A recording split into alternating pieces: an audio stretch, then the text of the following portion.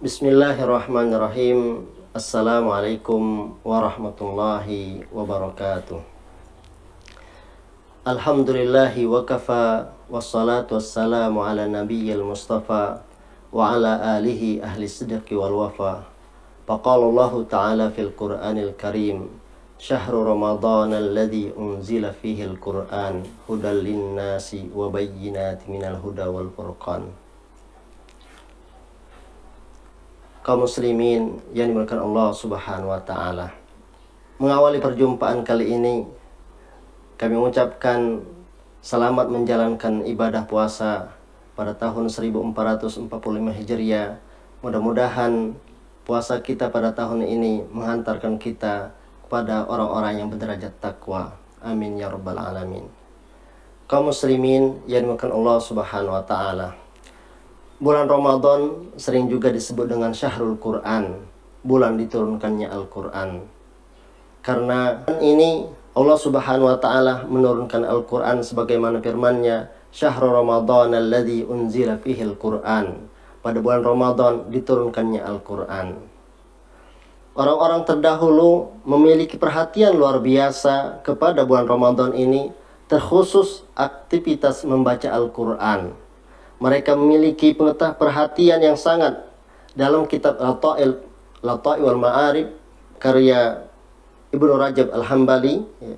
Beliau menjelaskan kebiasaan orang-orang terdahulu di bulan Ramadan ialah membaca Al-Quran baik dalam salat maupun di luar salat.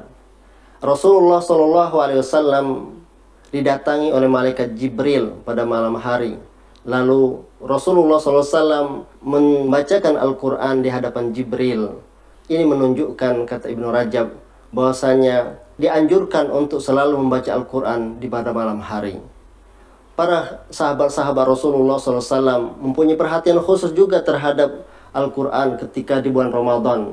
Seperti Amirul Mukminin, yaitu Utsman bin Affan. Bagaimana beliau menghabiskan malamnya dengan salat, dengan membaca Al-Quran, dan begitu juga di luar salat. Ada Ubay bin Ka'ab, beliau juga menghatamkan Al-Quran selama bulan Ramadan. Setiap 8 harinya beliau menghatamkan Al-Quran. Dan kita juga mendengar tentang riwayat Imam Syafi'i, beliau menghatamkan Al-Quran selama bulan Ramadan sebanyak 60 kali. Ini subhanallah, begitu besar perhatian mereka terhadap Al-Quran.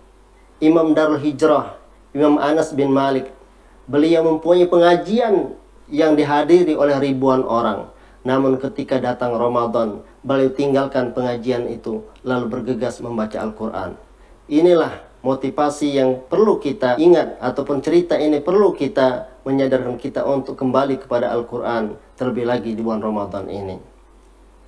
Namun kesibukan kita membaca Al-Quran tidaklah menjadikan kesibukan kita dalam membaca Al-Quran janganlah melalaikan kita untuk tidak mentadaburi isi kandungan Al-Quran. Karena dengan memahami makna isi kandungannya, maka hidup kita akan dibimbing oleh cahaya Al-Quran.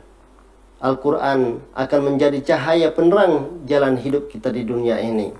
Siapa yang sudah di antara kita pada hari ini sudah sampai surat Yusuf membaca Al-Quran? Kalau kita membaca surat Yusuf, maka kita akan mendapatkan cerita terbaik yang disajikan oleh Allah Subhanahu wa taala untuk kita, agar kita bisa menjalani kehidupan ini dengan mencontoh kisah Nabi Yusuf alaihissalam. Dalam surat Yusuf, Allah Subhanahu wa taala menceritakan sebaik-baik cerita, dan ini sebagaimana firman Allah Subhanahu wa taala, "Nahnu naqussu 'alaika ahsanal qasas." Kami menceritakan kepadamu kisah yang paling baik dengan mewahyukan Al-Quran ini kepadamu. Kisah Yusuf dalam surat Yusuf juz ke-12 ini mengandung banyak makna ibrah perjalanan dalam menjalani kehidupan. Dan ini juga ditegaskan oleh Allah Subhanahu wa taala pada akhir surat. Faqal laqad kana fi qasasihim ibratun liulil albab. Sesungguhnya pada kisah-kisah mereka itu terdapat pengajaran bagi orang-orang yang punya akal. Apa ibrah dalam surat Yusuf ini? Pertama, apa yang ditakdirkan oleh Allah Subhanahu wa taala untuk kita semua itu adalah yang terbaik di sisi Allah Subhanahu wa taala. Walaupun dalam pandangan kita hal itu tidak baik, maka hendaklah ketika kita menjalani takdir yang sudah ditakdirkan oleh Allah Subhanahu wa taala kepada kita, hendaklah kita tetap sabar, tidak putus asa, dan selalu berserah diri kepada Allah Subhanahu wa taala. Seperti apa yang terjadi dengan Nabi Yusuf alaihissalam. Ketika beliau masih kecil, beliau dicintai oleh orang tuanya Nabi Yakub. Namun siapa sangka kecintaan orang tuanya inilah yang menyebabkan dia hampir dihabisi oleh saudara-saudaranya. Ia dilemparkan oleh saudara-saudaranya ke dalam sumur. Ia terasing sendirian di dalam sumur. Namun siapa sangka juga kalau Nabi Yusuf ketika dalam sumur inilah akan menjadi penyebab beliau bisa masuk istana. Subhanallah. Ini takdir kita tidak mengetahui. Namun lagi-lagi menurut kita hal yang tadi yang tidak baik, tetapi pandangan Allah Subhanahu wa taala ada hikmah di balik cerita itu. Nabi Yusuf alaihissalam ketika berada dalam sumur, menurut kita itu hal yang jelek, tetapi disinilah menyebab beliau masuk ke istana. Dan masuk ke dalam istana, beliau menjadi orang yang dicintai oleh masyarakat di dalam istana. Namun siapa sangka juga kalau dari istana ini beliau akan masuk penjara. Inilah takdir yang diberikan oleh Allah Subhanahu wa taala kepada Nabi Yusuf alaihissalam. Namun beliau lalui itu semuanya dengan sabar, dengan penuh tawakal kepada Allah Subhanahu wa taala. Melalui kisah ini Allah Subhanahu wa taala memberikan pengetahuan kepada kita, menyampaikan kepada kita bahwasanya Allah Subhanahu wa taala adalah yang mengatur segala urusan. Boleh jadi seseorang memandang semua peristiwa yang terjadi pada dirinya jelek, padahal itu belum tentu dalam pandangan Allah Subhanahu wa taala.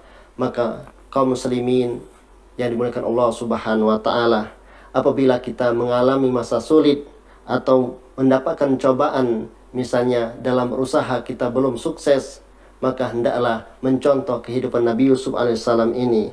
Beliau tetap sabar, beliau tetap semangat, beliau tidak putus asa, beliau tetap menjadi orang baik.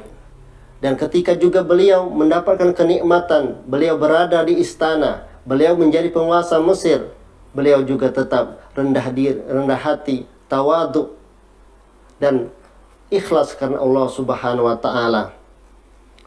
Kaum muslimin yang dimuliakan Allah Subhanahu wa taala, surat Yusuf memberikan arahan kepada kita bahwasanya kehidupan manusia itu, kesenangan dan kesulitan pastilah akan menimpa diri kita. Kesulitan akan selalu kita temui dalam menjalani kehidupan ini. Tidak ada orang yang abadi dalam kesulitan maupun dalam kesenangan. Sebagaimana firman Allah Subhanahu wa taala, "Tilkal ayyamu nudawiluha bainan nas." Bahwasanya hari-hari itu akan diperjalankan kepada manusia, baik kesuksesan maupun kehancuran.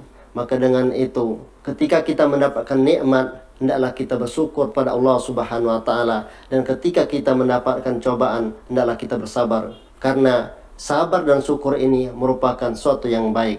Inilah juga menjadi perkara yang terbaik, perkara yang menakjubkan, sebagaimana yang disampaikan oleh Rasulullah SAW, "Ajaban li amril mu'min, inna amrahu kullahu khair, in asabathu syarra syakar, wa in asabathu dara sabar, fakana khairan lahu," au kama qala.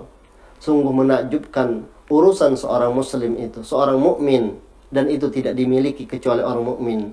Apabila dia mendapatkan musibah, apabila dia mendapatkan hal-hal yang tidak mengenakkan dirinya, dia bersabar. Dan apabila dia mendapatkan kenikmatan, maka dia akan selalu bersyukur.